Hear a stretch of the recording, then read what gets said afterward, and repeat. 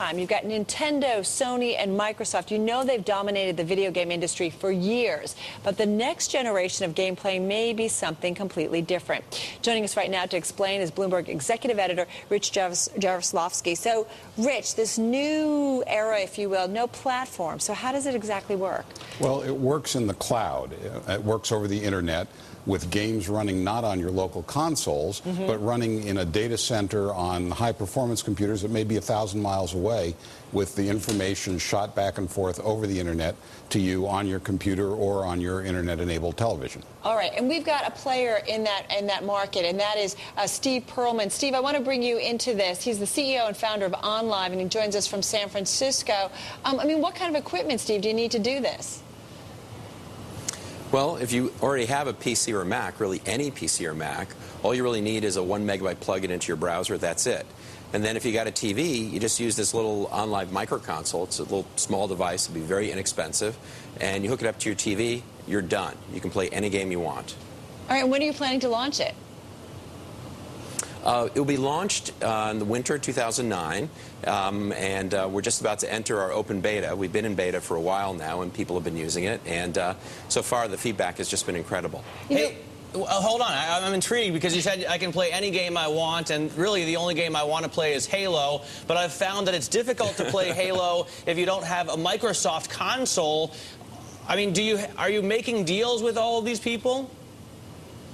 We've made deals, well, we've announced deals so far with 9 of the top third-party publishers, including Electronic Arts, Take-Two Interactive, Ubisoft, and so on, THQ. So most of the titles made for Xbox 360, PlayStation 3, and PC are made by these third-party publishers. There are a few first-party games, Halo being one of those, and that's not one of the games you'd have available on OnLive.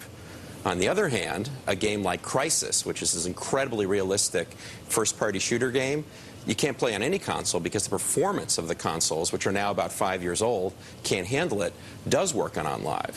So you have access to games that only total hardcore extreme gamers would normally have access to, and you can run it right on your TV or right on your laptop. Rich, you cover this, you've checked out online. I mean, how does it compare to some of the other platform games out there, or platform-based games out there? Well, I've seen it functioning over in somewhat closed environment, and it really works. As I pointed out, I'm about as bad at that as I am playing on an Xbox, which is to say, pretty bad.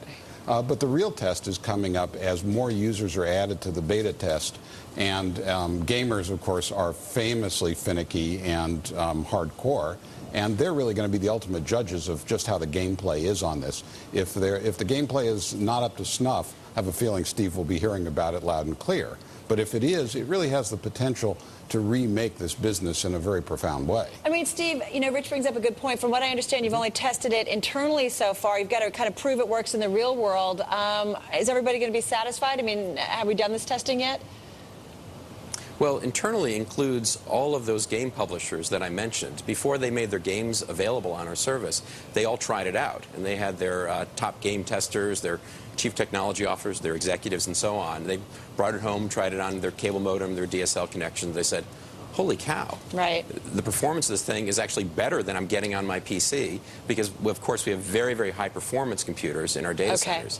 So far, the reaction has been very positive. Hey, Steve, if you need to add me to the beta for Crysis, I just want you to know that I'm in. Taking one for the team, aren't you? Absolutely. I'm down for that. Steve Perlman, thanks, and our own Rich Jaroslavsky, thank you.